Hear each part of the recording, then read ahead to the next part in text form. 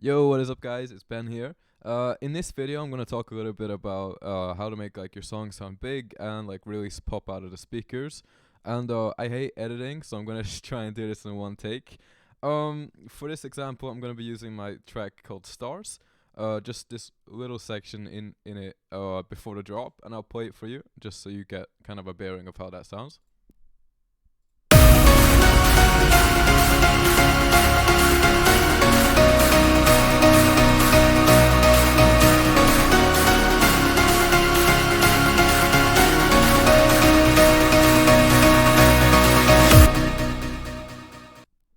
Yeah, so pretty simple, really. When you get down to it, there's not that much going on. Um, One of the most important things I'd say is layering. That's the most important thing, and it's also where a lot of new producers kind of go wrong. They make the mistake of trying to get like one or two sounds to kind of fill out the entire spectrum, when really you can use layering to your advantage by like using more sounds and not having to manipulate them as much. So for starters, you're probably gonna like want to have like a good kick-ass melody, and I can't really tell you if you got it or if you don't. It's just kind of one of those things that you kind of get a feel for. You're like, yeah, this sounds good, whatever. Um, but yeah, I can go through the layers in this and like talk a little bit about like how I put it up, and yeah, just gonna check to see what's here. So okay, I haven't been in this project for a while. The main sound in this part is obviously the pluck, which I can play for you here.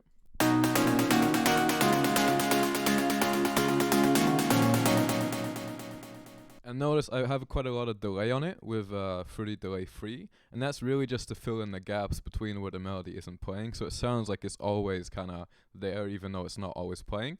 So that's the main sound. I also layer a guitar, I believe, that I recorded into it, just the direct signal there.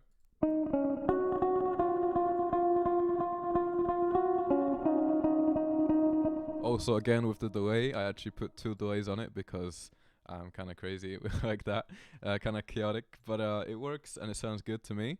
The next one is also a guitar layer, if I'm not mistaken. Yeah, so just like a distorted guitar, really just kind of the same thing. Probably wouldn't surprise me if I was lazy and used the same recording. It looks like I did. But for the distortion, I can't remember what I used. I think I used Little Older Boy, but I can't remember really. I bounced it into the project distorted already, so I can't really check to see what I used though. But it's another variant on the melody. It sounds unique from the two sounds we already played. So that's a good thing. I would say try and pick sounds that kind of sound different from one another. It's easy to to pick two or three sounds that kind of sound the same, but in my opinion, that just serves to muddy up the mix because you're not really gaining anything from adding those two extra layers. So what I would do if I find that I'm layering two sounds that kind of sound the same, I'll just pick the one that sounds best to me and just remove the other ones really because you don't need them. Just try and find something that kind of sounds a little bit different. The next sound here, yeah, just a Nexus piano thing. I think it's powerful and bright. Yeah, that's the one. I use it quite a lot. Really simple, just an EQ, just to take away some of those nasty resonant frequencies. An OTT, just to fatten up a little bit, make it sound more like bigger than like it usually would. So really not a lot to speak to here. So far, these are the layers that we have.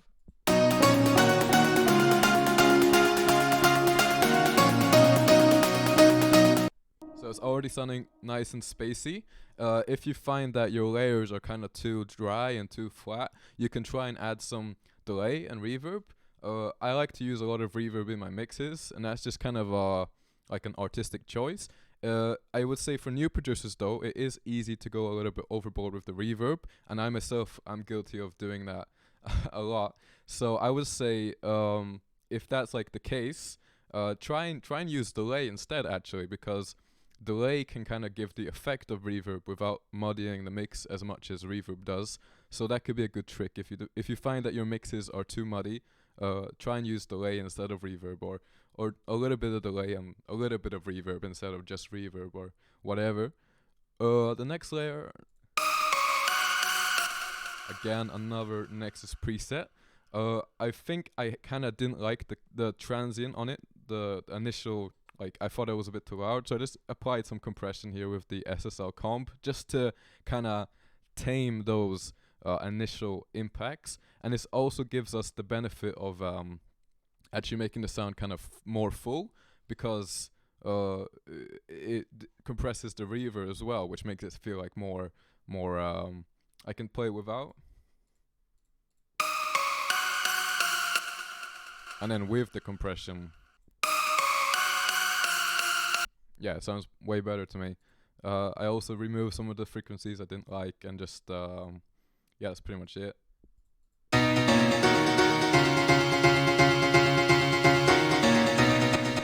Another piano. This time it's not just playing the melody, it's playing the bass note as well. And that's a good trick to use with your layers, to not have them all play the same thing. You notice, like, I could have it so that the guitar was playing the bass note as well, and the piano also playing the bass note, but I think it's much more interesting to split the notes out kind of between the layers, because that way you get more of a full sound, and you kind of avoid it being too muddy, I think. So this sound is just another Nexus sound, probably, with some delay, and nothing on the EQ actually. I was kind of lazy there, or I didn't think anything needed to be changed. And I added some multi-band compression instead of the EQ, I think. Just taming those mid-sections and trying to expand the highs. So far what we have is this.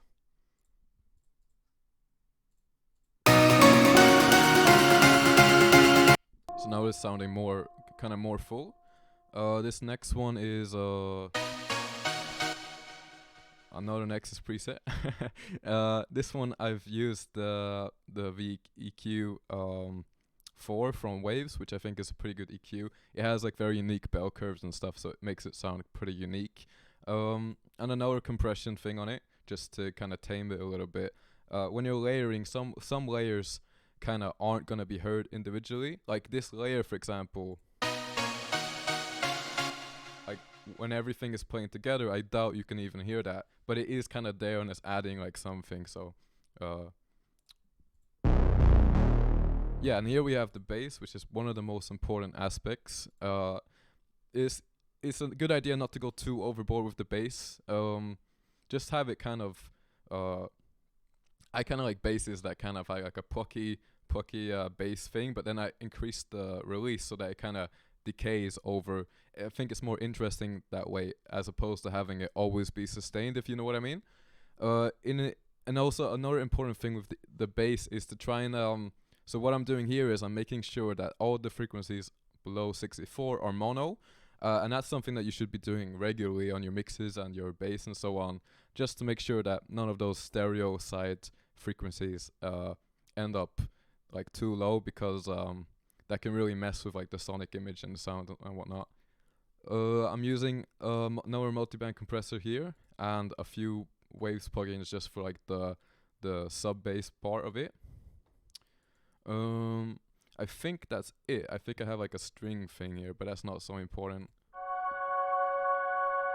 But it can be nice to have like those atmospheric things. So really there's not that much going on. I also have some effects which I can play, and this is another effect. So it's also a good idea to fill up with effects if you can, just like atmospheres, whatever you can think of. That really does, in my opinion, make the production kind of elevated to the next level. As opposed to just kind of having just the synths without any effects. It's easy for it to sound a bit bland in that case. So the effects, really, they're just standard like impact effects or whatever.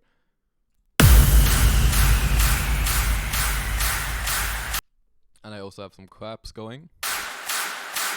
And like a ride, I think. So all together, it sounds like this. But without the effects, it actually probably sounds significantly worse. This is what I was talking about before. If I disable all the effects, it's not gonna sound as good.